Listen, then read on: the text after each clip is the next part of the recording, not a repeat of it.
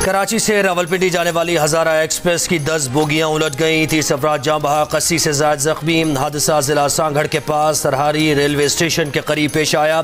हादसे का शिकार 9 बोगियों में फंसे मुसाफिरों को निकाल लिया गया। एक बोगी में फंसे मुसाफिरों को निकालने के लिए रिलीफ ट्रेन का इंतज़ार। हादसे की इत्तला मिलते ही मकामी आबादी के दर्जनों अफराद पहुँच गए।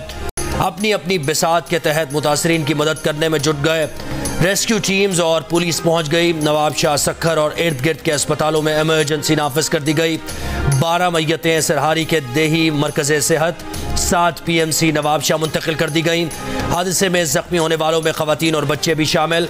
हादसे से बड़ा सानिहा यह कि अस्पतालों में दरकार तिब्बी अमला जख्मियों के इलाज की सहूलियात तक मौजूद नहीं।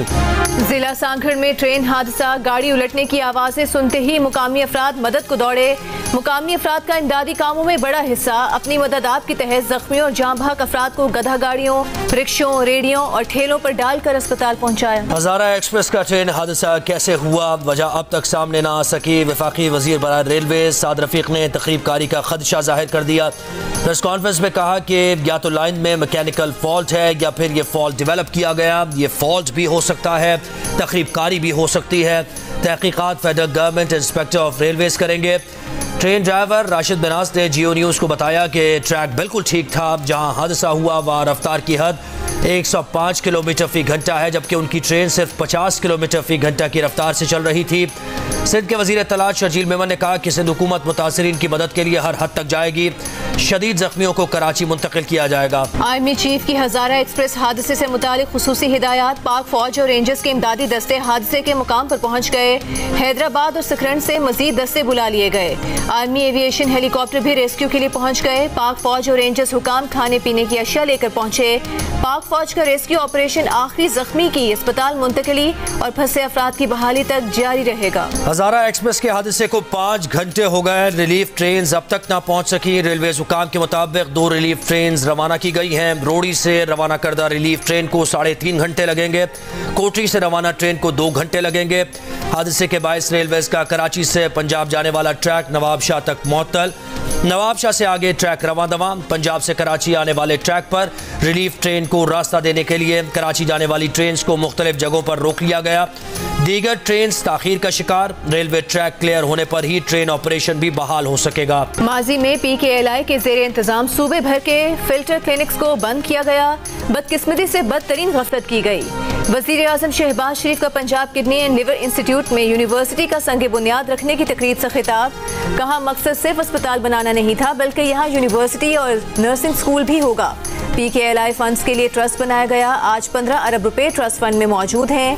15 अरब के फंड्स पर मिलने वाले मुनाफे से गरीबों का इलाज होगा। हुकूमत और अपोजिशन एतराज करदा शिक़े वापस लिए जाने के बाद ऑफिशियल सीक्रेट एक्ट तरमीम सेनेट में दोबारा पेश। तरमीम मंजूर कर ली गई। वज़ीर कानून आज़म नज़ीर तारड़ ने ऐवान को बताया कि एतराज़ 2 बातों पर था कि गिरफ्तारी का इख्तियार बगैर वारंट के एजेंसीज को दिया गया था।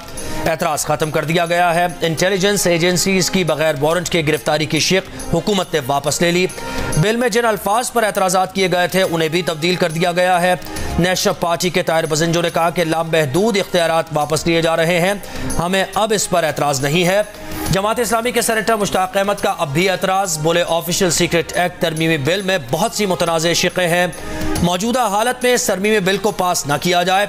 गैर मामूली अंधे इख्तियारात न दिए जाएँ। JUI के कामरान मुर्तज़ा ने सवाल उठाया कि अगली हुकूमत किसकी होगी पता नहीं, बिल ठीक कर लें वरना आप भी इसका शिकार हो सकते हैं। रज़ा रब्बानी बोले कि ऑफिशियल सीक्रेट एक्ट तरमीमी बिल पर दोबारा गौर किया जाए। ऑफिशियल सीक्रेट एक्ट में तरमीम क्यों जरूरी थी ये बताया नहीं गया। आम इंतखाबात का इनेकाद और दीगर मामलात का जायजा लेने के लिए इलेक्शन कमीशन का इजलास कल तलब। दिन 2 बजे शेड्यूल इजलास की सदारत चीफ इलेक्शन कमिश्नर करेंगे। वज़ीर आज़म 9 अगस्त को असम्बलियाँ तहलील करने का ऐलान कर चुके हैं। नई मरदमशुमारी की मंजूरी भी दी जा चुकी है। इलेक्शन कमीशन को इंतखाबात के बरवक्त इनेकाद के साथ नई हल्का बंदियों का चैलेंज भी दरपेश है। पीपल्स पार्टी के रज़ा रब्बानी ने मरदमशुमारी के बाद इलेक्शन में ताखीर को वफाक के लिए खतरनाक करार दे दिया। सेनेट में इज़हार ख्याल करते हुए रज़ा रब्बानी ने कहा कि कोई कह रहा है कि इलेक्शन 6 माह मौखर होंगे, कोई कह रहा है 7 माह मौखर होंगे। इलेक्शन कमीशन चुप का रोज़ा तोड़े और सामने आकर बताए कि हल्का बंदियों में कितना वक्त लगेगा। हुकूमती इत्तेहादी JUI के सेनेटर कामरान मुर्तज़ा ने कहा कि हुकूमत ने मरदमशुमारी की मंजूरी देकर जाते जाते बलूचिस्तान पर एक और बम गिराया है। बलूचिस्तान की 16 सीट्स वाली जमहूरियत भी बर्दाश्त नहीं हो रही। मुश्तरका मफादात काउंसिल में मरदमशुमारी की मंजूरी देने वालों में JUI के पार्लिमानी लीडर असद महमूद भी शामिल थे। विफाकी वजीर आजम नजीर तारड़ का JUI के सेनेटर कामरान मुर्तजा को जवाब, कहा कि वजीर आला बलूचिस्तान समेत CCI इजलास में शरीक किसी फर्द ने मरदमशुमारी के नताइज पर एतराज नहीं किया है। चेयरमैन PTI ने तोशाखाना के तोहफे और उनकी रकम टैक्स रिटर्न्स में जाहिर की थी, मगर इलेक्शन कमीशन के गोशवारों में ये तफसील छुपाई थी।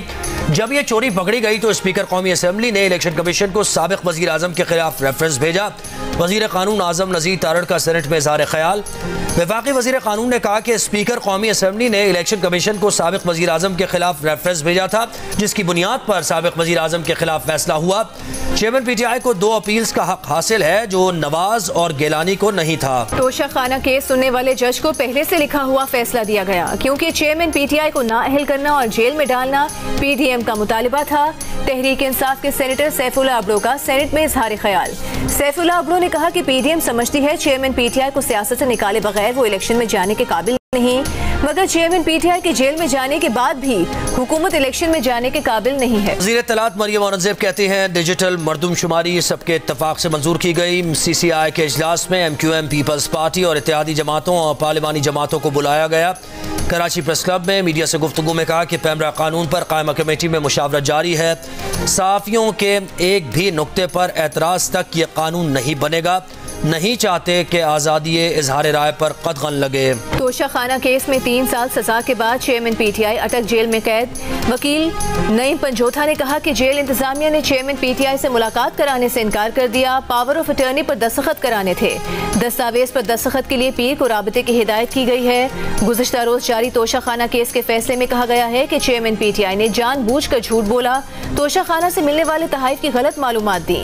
जुर्म साबित हो चुका है। तहरीक इंसाफ के चेयरमैन को 3 साल कैद काटने के साथ 1 लाख रुपए जुर्माना भी देना होगा। जब तक बुजदार और फरागोगी नहीं पकड़े जाते तब तक करप्शन का सिरा नहीं मिलेगा। इस्तेहकाम पाकिस्तान पार्टी के सरबराह जहांगीर तरीन और अलीम खान का चेयरमैन PTI की गिरफ्तारी पर रद्द-ए-अमल।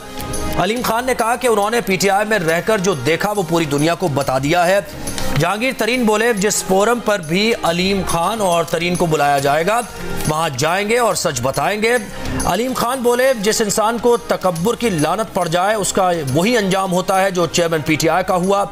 आने वाले दिनों में बहुत कुछ सामने आएगा। जहांगीर तरीन ने नई मरदमशुमारी के तहत आइंदा इंतखाबात के फैसले का खैर मकदम किया। कहा यह एहसान इक़दाम है, नए वोटर्स को भी हक़ रायदही इस्तेमाल करने का मौका मिलेगा। चेयरमैन तहरीक इंसाफ और दीगर सियासतदानों के खिलाफ केसेस पाकिस्तान का अंदरूनी मामला है।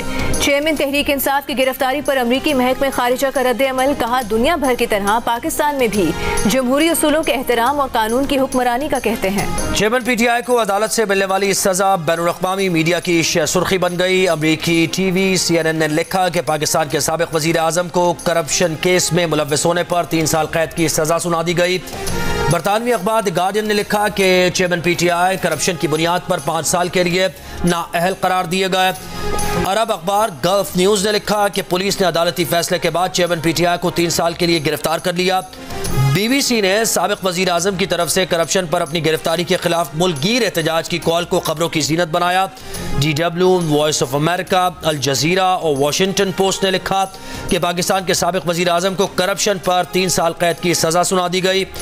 क्रिकेट वेबसाइट क्विक इन्फो ने लिखा कि रियासती तहाइफ गैर कानूनी तरीके से फरोख्त करने पर पाकिस्तानी क्रिकेट टीम के साबिक कप्तान को गिरफ्तार कर लिया गया। पीपल्स पार्टी का मेयर बनने पर कोई कुछ भी कहे, अब कराची की कौमी और सूबाई असम्बलियों में सबसे ज्यादा नशिस्तें भी पीपल्स पार्टी ही जीतेगी और कराची की नशिस्तों की बुनियाद पर ही बिलावल भुट्टो वजीर आजम बनेंगे।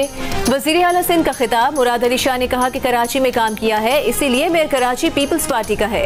किसी ने कहा कि कराची सबसे नाकाबिले रिहाइश शहर है, मगर उन्होंने किसी को कराची छोड़ते हुए नहीं देखा, लोगों को कराची आते हुए ही देखा है।